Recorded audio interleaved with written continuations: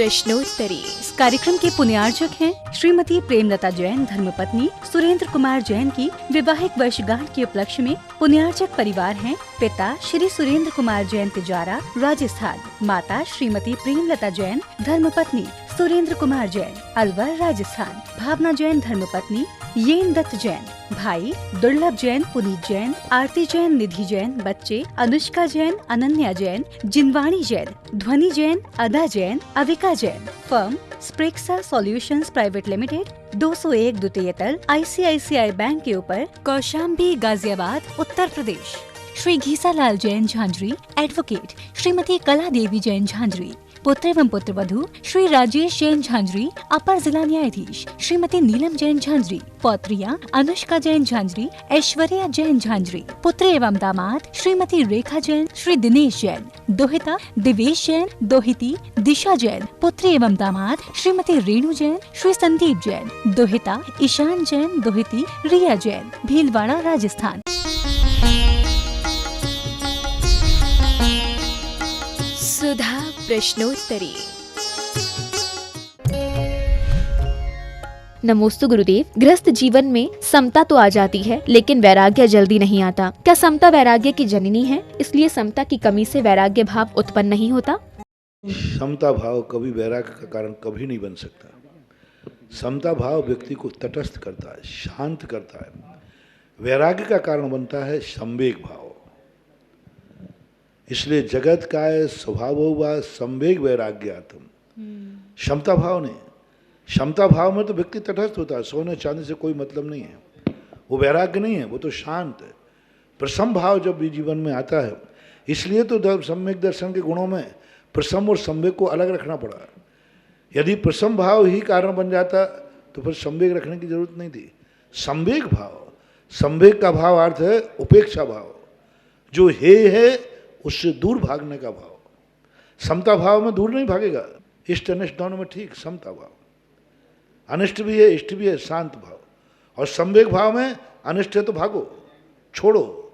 जो जो चीज़ें हमारे लिए अनिष्टकारी हैं उनको छोड़ने का भाव आवे, उनसे दूर भागने का भाव आवे, तो वो वैराग्य का कारण बनता है। और दो हे और उपाधि में समता भाव आवे, तटस्थ भाव आवे, तो उसमें वैराग्य भाव नहीं आता। इसलिए समता वैराग्य का कारण नहीं है, संवेग वैराग्य का कारण है। नमोस्तु गुरुदेव। शास्त्रानुसार 16 स्वर्गों में 12 इंद्र ही क्यों होते हैं, 16 क्यों नहीं? नेचुरल व्यवस्था है। बीच के कुछ इंद्रों को उन्होंने न करके प्रतीन्द्र की व्यवस्था वहाँ कर दी। अब ये नियोग रूप से अनादिकाल से है, इसलिए श्वेतांबर आदि ने 12 इंद्र ही मान लिए। उन्होंने कहा 12 इंद्र हैं, 12 ही स्वर्ग हैं प्रत्येक इंद्र के। तो अब ये व्यवस्थाएं हैं, अब ये भौगोलिक व्यवस्थाएं, इनके संबंध में कुछ भी चीपुट नहीं चल सकता। अब है तो है। अब बीच के 4 स्वर्गों को कम क्यों किया गया? नमोस्तु गुरुदेव। अष्ट प्रातिहार्य बहुत शुभ और कल्याणकारी होते हैं, तो क्या इसका बंधनवार बनाकर द्वार पर लगा सकते हैं? अष्ट मंगल द्रव्यों को कर सकते हैं, अष्ट द्रव्यों को नहीं, अष्ट प्रातिहार्य के नहीं। ये भगवान का वैभव है, भगवान का चिन्ह है। इसलिए भगवान के चिन्ह भगवान के साथ ही शोभा देते हैं। पिछी महाराज के हाथ में शोभा देती है। तुमको महाराज पिछी को हम बना के घर में टांग लें तो दरवाजे पे नहीं, जिससे हमें रोज़ को आशीर्वाद मिलता रहेगा, नहीं, वो तो ऐसा नहीं होता। वो अष्ट प्रातिहार्य आप अपने घरों में नहीं लग सकते, नहीं बांध सकते। वो भगवान के मंदिर में उन्हीं की शोभा है, उन्हीं के चिन्ह, उनके गुण हैं।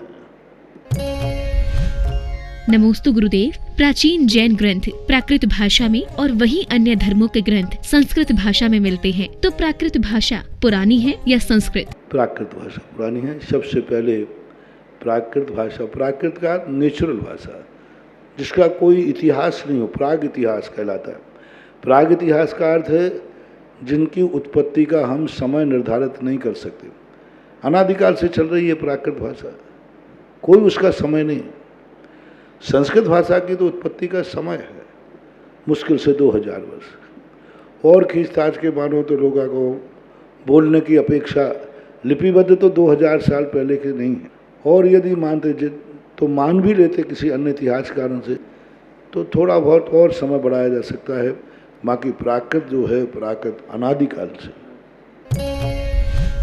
नमोस्तु गुरुदेव। तीर्थंकरों के शासन काल में देवी देवताओं के जो नाम होते हैं, क्या वे उन्हीं के शासन काल में होते हैं या हमेशा इसी नाम से उत्पन्न होते हैं? देवताओं का हर पद फिक्स है, निश्चित होता है। उस सिंहासन पर, उस स्थान पर जो जीव जन्मता है उसका वही नाम पड़ता है। वहाँ नाम के अनुसार व्यक्ति नहीं होता है, वहाँ स्थान के अनुसार व्यक्ति का नाम होता है। सौधर्मेंद्र इसका नाम नहीं है, वहाँ जन्म ले ले तो वो सौधर्मेंद्र है। आदिनाथ की चक्रेश्वरी जो थी वो आज हो ही नहीं सकती देवताओं में, क्योंकि ये भवनवासी आदि की जो अंतर आदि की है, इनकी उम्र तो बहुत कम है, एक सागर के अंदर ही अंदर हैं सब। भवनत्रकों की साहब की उम्र एक सागर के अंदर ही अंदर है, तो इनसे इनकी ज़्यादा उसकी उम्र है ही नहीं। और आज उनको तो एक कोड़ा कोड़ी सागर वर्ष हो गए। एक कोड़ा कोड़ी सागर ने आदिनाथ भगवान के समय जो चक्रेश्वरी देवी थी और यक्ष देवता, वे तो सब उसके बाद असंख्यात चक्रेश्वरी देवी हो गई। असंख्यात, एक नहीं, एक कोड़ा कोड़ी सागर वर्ष में कितने हो गए? एक कोड़ा कोड़ी, असंख्यात नहीं मानो तो एक कोड़ा कोड़ी सागर में जितने का गुणा करोगे उतना जितना आए तो लाखों करोड़ों अरबों पर तो पहुंच ही जाएगा। तो ऐसी हजारों चक्र थे जो अजितनाथ की भी गाय, अजितनाथ के समय की नहीं, संभवनाथ के समय की नहीं, सब अभी मुश्किल से रह सकते हैं। तो बाद में शांतिनाथ भगवान के लगभग बाद की देवियाँ फिर भी किसी की उम्र हो पल्ले में तो बन सकती है। जहाँ तक एक सागर चौथा काल बचे उसके बाद की देवियाँ रहे। एक सागर के ऊपर काल के जितने तीर्थंकर हुए उनकी सब देवियाँ वो तो नहीं है, लेकिन वो पद खाली नहीं, दूसरे जगह जन्म गए, दूसरे ने ड्यूटी संभाल ली, ट्रांसफर होते रहते हैं इनके बाद। ऐसा नमोस्तु गुरुदेव। आचार्य ज्ञान सागर जी महाराज कहते हैं, ऊंची आसन बैठकर करे धर्म की गल्ला, औरन को माया बुरी बतावे आप बिछावे पल्ला। तो गुरुदेव इस पंक्ति का क्या अर्थ है? ऊंची आसन बैठकर करे धर्म की गल्ला, औरन को माया बुरी बतावे आप बिछावे पल्ला। बहुत पुरानी कहावत है। यानी दूसरों के लिए तो उपदेश देता है, लेकिन वही चीज़ स्वयं खाता है। दूसरों से कहता बैगन मत खाना और सबसे ज़्यादा बैगन खाता है। तो कई लोगों के ऐसे होते हैं जो उपदेश तो दे देते हैं लेकिन वो उपदेशों का पालन नहीं कर पाते। नमोस्तु गुरुदेव। रिक्ता तिथि क्या है और इसमें सर्वार्थ सिद्धि योग कैसे बनता है? ये नक्षत्रों का सारा का खेल है। नक्षत्र उस दिन ऐसे पड़ जाते हैं तिथि के साथ, दिन के साथ, कि वो रिक्ता तिथि बन जाती है। नौमी है, चौथ है, चतुर्दशी है, तीनों रिक्ता तिथि करते हैं। जया, नंदा, रिक्ता, भद्रा, इस प्रकार के तिथियों के अलग अलग नाम हैं। कुछ तिथि जया नाम से, नंदा नाम से और कुछ रिक्ता नाम से ऐसी कही जाती है। सर्वार्थ सिद्धि योग अनेक अनेक प्रकार से बनता है। तिथि, नक्षत्र और दिन, ये तीनों की समष्टि बैठा ली जाती है और ये तीनों की समष्टि देख करके योग आदि निर्धारित किए जाते हैं। नमोस्तु गुरुदेव। एक्सीडेंट के दौरान मरण को प्राप्त व्यक्ति को क्या नियम से अधोगति ही होगी या सदगति भी हो सकती है? नहीं, ऐसा कोई बात नहीं, क्योंकि हमारे यहाँ मरण के 3 भेद कहे गए, च्युत, चावित और त्यक्त। च्युत और चावित जो हैं ये दोनों, च्युत तो होता है अपने आप हो गया, त्यक्त होता है जो त्यागते हैं, संलेखना, समाधि पूर्वक। चावित यानी दूसरों के द्वारा घातित कर दिया जाता है। तो चावित का ऐसा दुर्गति हो, ऐसा कोई नियम नहीं, क्योंकि दुर्गति तो महाराजों की हुई है। 500 मुनियों घानी में पेल दिया, सिंगनी ने खा लिया, शारिणी ने खा लिया, सिगड़ी जला दी, ये सब कदली घात है, ये सब एक्सीडेंटल केस हैं, अकाल मौतें हैं। अकाल मौत से वो तो उसके ऊपर परिणामों के ऊपर है। जैसे उसको अकाल मौत दिखी, उसने कहा सब मैं त्याग करता हूँ, मुझे कोई विकल्प नहीं, बनवा ले साहब, उसका अच्छी गति हो गई। अब कोई मरते समय हाय तौबा करे और हमारा वो काम रह गया, वो काम रह रहा, मर रहा है, तो अब वो उसके परिणामों के ऊपर आश्रित है, दुर्गति होती है, ऐसा नियम नहीं है। नमोस्तु गुरुदेव, क्या विदेह क्षेत्र में भी आर्यखंड एवं मलेच्छ खंड होते हैं? बिल्कुल बराबर होते हैं। जैसे 6 खंड अपने यहाँ होते हैं, ऐसे 6 खंड विदेह क्षेत्र में बराबर 6 खंड, 5 मलेच्छ खंड, 1 आर्यखंड। वहाँ के चक्रवर्ती को भी सरखंडाधिपति कहा जाता है। वहाँ भी अर्धचक्री होते हैं, वहाँ भी 63 सलाका पुरुष होते हैं। विदेह क्षेत्र में बराबर 63 सलाका पुरुष, नारायण, पतिनारायण, बलभद्र, चक्रवर्ती, और चक्रवर्ती 6 खंड का है, सभी जगह होता है। नमोस्तु गुरुदेव, पार्श्वनाथ भगवान के पहले तक कुल 4 महाव्रत होते थे, उसमें ब्रह्मचर्य व्रत नहीं था, क्या ये सत्य है? ये जनागम, दिगंबर जनागम में कहीं नहीं आया। दिगंबर जनागम के संबंध में इस संबंध में आते कुंदकुंद स्वामी ने कहा, न पूज्यवर भट्टकेर आचार्य महाराज ने मूलाचार की रचना की। उन्होंने किसी श्लोक में नहीं कहा कि पहले 4 महाव्रत थे। कुंदकुंद स्वामी ने तो स्पष्ट कहा ये 5 ही थे, ना 6 हैं और ना 4 हैं। दिगंबर मूल आमना में कहीं भी इस बात का उल्लेख नहीं मिला। ये बात कहाँ से चली, कैसे चली, किस रूप में चली, यह हमारे ज्ञान के परे है। सुनने में जरूर मुझे आया है, लेकिन ऐसा कहीं है नहीं। नमोस्तु गुरुदेव, किसी मंदिर के लिए बोला दान क्या दूसरे मंदिर में दे सकते हैं? वहाँ से कमेटी पूछ करके, कमेटी की सहमति से दे सकते हो, क्योंकि एक बार घोषित करने के बाद वहाँ के बही खाते में आपका लिखा गया तो कमेटी आपसे क्लेम कर सकती है, आपकी निंदा हो सकती है। हाँ, कमेटी से एनओसी लेकर के, अनुमति लेकर के फिर यदि परिवर्तन करते हैं तो कोई बाधा नहीं। नमोस्तु गुरुदेव, अधिक मास के किन दिनों में शुभ कार्य कर सकते हैं?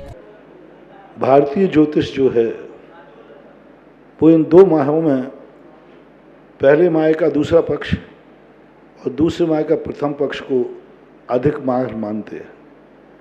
जैसे मान लो पहला कुंवार का महीना है तो पहले 15 दिन तो आएंगे पुराने माह में, दूसरा शुक्ल पक्ष आएगा अधिक माह में, उसका कृष्ण पक्ष आएगा। तो इस अपेक्षा से इनको शुभ नहीं मानते। जैन ज्योतिष में एक कहीं से वो एक उद्धरण मिला है कि प्रथम माह अशुभ है और द्वितीय माह शुभ है। अब वो ज्योतिष में कहाँ से मिला, किसी कोई प्रमाणिक रूप से हम उल्लेख नहीं कर पा रहे इसका, लेकिन एक ऐसे 2 मान्यताएं चलती हैं। तो अब दोनों मान्यताओं के होते तो मेरी दृष्टि यही है कि कुंवार का महीना तो वैसे ही अशुभ होता है, उसको अशुभ मान के ही दोनों ही छोड़ो ना। मान लीजिए आधा आधा मानोगे तो पहला वैसे ही कुंवार का कृष्ण पक्ष श्राद्ध का होता है, वैसे ही अशुभ होता है, वैसे कुछ नहीं होता, और पुण्य होता है तो फिर सब ठीक है। पुण्य होता है तो कोई विकल्प नहीं, होते हैं तो ऐसे।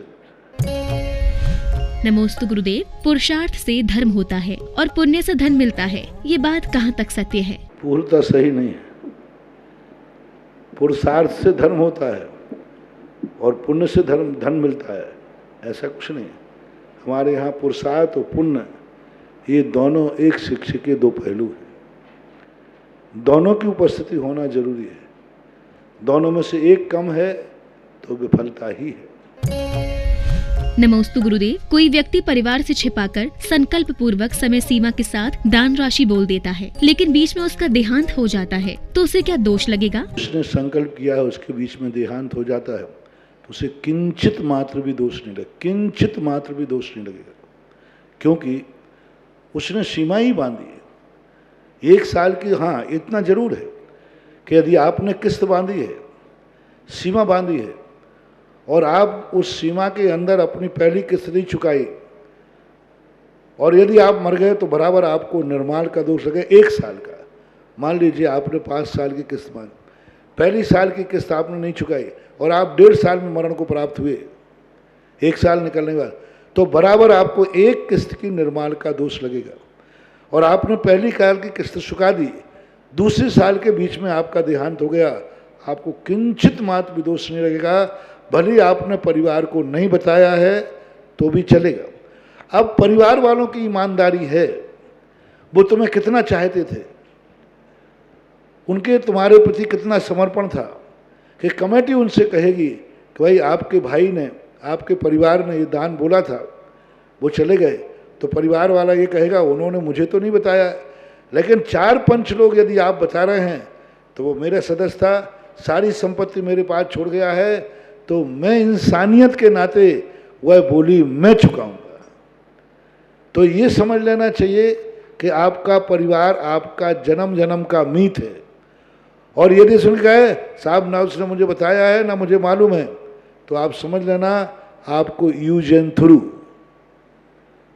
आपका काम, आपसे सब संपत्ति ले ली, सब कुछ ले लिया और कर दिया। जैसे कई बार कोई बेटा जुआ खेलता है, कर्जा करता है और बहुत घाटे में आ जाता है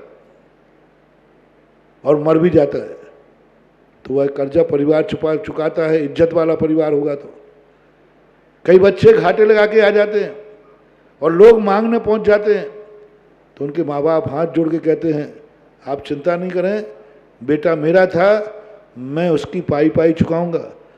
हालांकि उसने घर में बताया नहीं था, घर में मालूम नहीं था, लेकिन बाद में उजागर हुआ तो परिवार वाले मिलकर के उस कर्जे को, वो ये नहीं कहते इज्जत वाले परिवार कि नहीं इस बेटे ने मेरे से नहीं पूछा है, मैं इसका कोई जिम्मेवार नहीं हूँ। ये जो बेईमान परिवार होते हैं भी ऐसा कहते हैं, जिनको कोई मतलब नहीं है।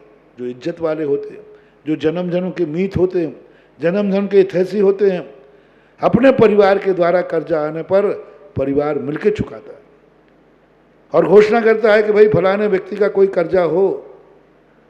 तो मैं एक व्यक्ति के यहाँ पिताजी का मरण हुआ, उनको मालूम था कि मेरे पिताजी दान बहुत बोलते हैं और बेटे से बोलने का सवाल ही नहीं।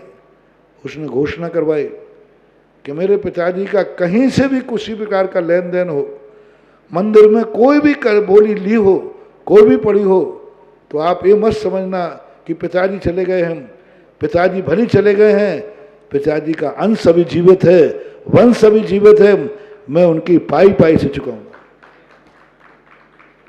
बहुत बड़ी घोषणा, मुझे इतनी खुशी हुई। ये कहलाते आत्मीयजन। उसको कुछ मालूम नहीं था क्योंकि उससे बच्चे से कुछ पूछा नहीं, ज़्यादा उम्र भी बच्चे की नहीं थी, कुछ भी नहीं, लेकिन उसको मालूम था मेरे पिताजी बोल के गए। एक एक मंदिर की बड़े हर्ष के साथ उसने पिता की संपत्ति को हाथ बाद में लगाया, बाद में अपने उपयोग में लिया। सबसे पहले जहाँ जहाँ पिताजी ने दान बोला था, जहाँ गौशालाएं, लोग सोशल कार्यों में, सब एक एक की पाई पाई चुकाने के बाद फिर उसने संपत्ति को होगा। ऐसे लोग पीढ़ी दर पीढ़ी बाप दादों की अक्षय वसीयत पाते हैं। कैसे पुण्यात्मा जीव होते हैं जो अपने पूर्वजों की, बाप दादों की करोड़ों की वसीयत पाते हैं। वो ऐसी वसीयत पाते हैं जो दान की वसीयत चुकाते हैं। नमोस्तु गुरुदेव, आपने कहा था कि पाप कर्मों का फल 100 साल से भी अधिक भोगना पड़ता है, लेकिन व्यक्ति की आयु तो लगभग 100 साल ही मानी गई है, स्पष्ट करें। मैंने जीरो लगाना भूल गया इसलिए 100 बोला। नहीं तो जीरो लगाते लगाते पृथ्वी का अंत आ जाता। इतने भाव भी कहे जाएं तो कम है। संकेत में तो मैंने कह ही दिया था कि एक समय का अपराध 30 कोड़ा कोड़ी सागर तक दुख देता है। ये तो मैंने जीवन भर का 100 इसलिए कहा कि कोई को हार्ट अटैक नहीं हो जाए। हाँ, बाकी कोई एक समय का 30 कोड़ा कोड़ी, एक समय का मिथ्या सत्ता कोड़ा कोड़ी, एक समय की कसाय 40 कोड़ा कोड़ी। तो ये सब बहुत बड़ी चीज़ है। अब इसलिए मिलता है, आपने मालूम होगा मर्डर व्यक्ति कितनी देर में करता है? 1 सेकंड में, और सजा पूरे जीवन भर की होती है, पूरे जीवन भर भोगना पड़ता है। कोई व्यक्ति को यदि चोट लगती है तो 1 सेकंड में लग जाती है, लेकिन वेदना जीवन भर उठाना पड़ती है। व्यक्ति 1 सेकंड को गाड़ी चलाते चलाते सोता है, लेकिन पूरी जिंदगी खत्म हो जाती है, पूरी जिंदगी भर फिर उसके लिए परेशानी पड़ जाते हैं। तो ये सब चूक तो गलती तो एक क्षण में ही होती है, लेकिन उसकी सजा एक क्षण की हो जाए तो अपराध बहुत बढ़ जाए। इसलिए मिलता है क्योंकि वो अपराध में इतनी शक्ति होती है कि वो सामने देखो, आपने कहा कि भाई 1 क्षण में हमने किसी का मर्डर कर दिया तो 1 क्षण की सजा दे दो। नहीं, मर्डर होने पर उसकी ज़िंदगी कितने क्षण की ख़त्म हो गई, कितने रिलेटेड लोगों को ख़त्म कर दिया। तो ये सब चीज़ें उस पर जोड़ी जाती हैं। इसलिए तो मिलता है। और इसलिए उस गृहस्थी को हमने ये भी तो कहा कि इसका भववान्तरों तक मिलता है, लेकिन ये भी कहा इसको बनफोर्थ कर सकते हो, बनफोर्थ कर सकते हो, ये भी तो विधि बताई। ये 10 लाख क्षण पर्व, ये पूजा आदि, तो अब 100 वर्ष बनाए तो बनफोर्थ कर दो, 25 भव में निपट जाओगे।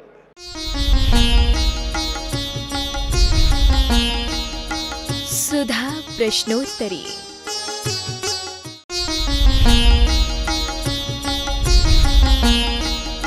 सुधा प्रश्नोत्तरी। इस कार्यक्रम के पुण्यार्जक थे श्रीमती प्रेमलता जैन धर्मपत्नी सुरेंद्र कुमार जैन की वैवाहिक वर्षगांठ के उपलक्ष्य में पुण्यार्जक परिवार हैं पिता श्री सुरेंद्र कुमार जैन तिजारा राजस्थान, माता श्रीमती प्रेमलता जैन धर्मपत्नी सुरेंद्र कुमार जैन अलवर राजस्थान, भावना जैन धर्मपत्नी येन दत्त जैन, भाई दुर्लभ जैन पुनीत जैन, आरती जैन निधि जैन, बच्चे अनुष्का जैन अनन्या जैन, जिनवाणी Jain, Dhwani Jain, Ada Jain, Avika Jain. Firm Sprixa solutions private limited, 201 द्वितीय तल, ICICI बैंक के ऊपर, कौशाम्बी गाजियाबाद उत्तर प्रदेश। श्री घीसालाल जैन झांझरी एडवोकेट, श्रीमती कला देवी जैन झांझरी पुत्र एवं पुत्र वधू श्री राजेश जैन झांझरी अपर जिला न्यायाधीश, श्रीमती नीलम जैन झांझरी पौत्रियां अनुष्का जैन झांझरी ऐश्वर्या जैन झांझरी, पुत्र एवं दामाद श्रीमती रेखा जैन श्री दिनेश जैन, दोहिता दिवेश जैन दोहिती दिशा जैन, पुत्र एवं दामाद श्रीमती रेणु जैन श्री संदीप जैन, दोहिता ईशान जैन दोहिती रिया जैन, भीलवाड़ा राजस्थान।